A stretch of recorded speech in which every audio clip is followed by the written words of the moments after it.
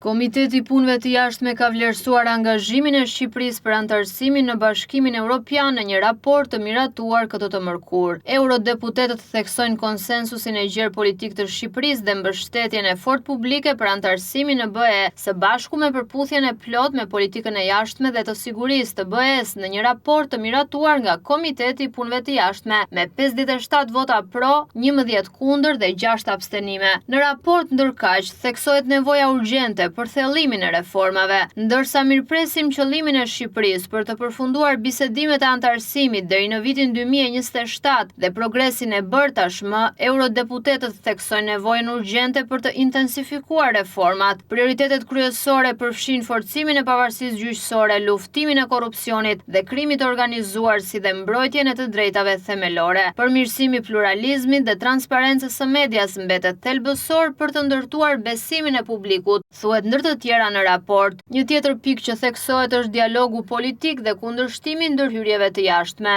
Raporti vëren polarizimin e vazhdueshëm politik të shënuar nga retorika konfrontuese dhe bën thirrje për dialog politik më konstruktiv dhe gjithëpërfshirës. Eurodeputetët shprehin shqetësim serioz për ndikimin e huaj malinj, veçanërisht nga burimet të lidhura me Kremlinin, që kërcënon institucionet demokratike të Shqipërisë dhe ambicjet e anëtarësimit në BE.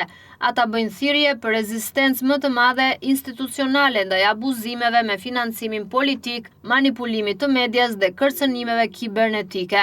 Një tjetër pikë është mbështetja përmes iniciativave të Bashkimit Evropian. Eurodeputetët mirëpresin programin e ri të instrumentit për reformë dhe rritje, prej 922 milion eurosh të dedikuar për Ballkanin Perëndimor, i cili do të mbështesë agjendën e reformave të Shqipërisë sapo të përmbushen kushtet. Hapja e zyrës së Parlamentit Evropian në Tiranë shihet si një hap jetësor për të forcuar lidhjet midis BE-s, institucioneve lokale dhe partnerëve të shoqërisë civile nga i gjithë rajoni i Ballkanit Perëndimor. Sa i përket procesit zgjedhor dhe reformave në drejtësi, raporti pasqyron zgjedhjet parlamentare të majit të 2025-s, duke i përshkruar ato si konkurruese por të zhvilluara në një mjedis shumë të polarizuara me shqetësime mbi përdorimin e burimeve administrative. Eurodeputetët u bëjnë thirrje partive politike shqiptare të angazhohen për reforma gjithëpërfshirëse zgjedhore në përputhje me rekomandimet e OSBE-ODIHR dhe Komisionit të Venecias. Progresi i bërë me reformat gjyqësore dhe hetimet për korrupsionin e nivelit të lartë janë të mirëpritura, nënvizohet në raport, megjithse ndërhyrja politike mbetet një sfidë. Eurodeputetët bëjnë thirrje për përpjekje të vazhdueshme për të mbrojtur pavarësinë gjyqësore dhe për të rritur llogaridhënien. Gjatë seancës në Komitetin e Punëve të Jashtme,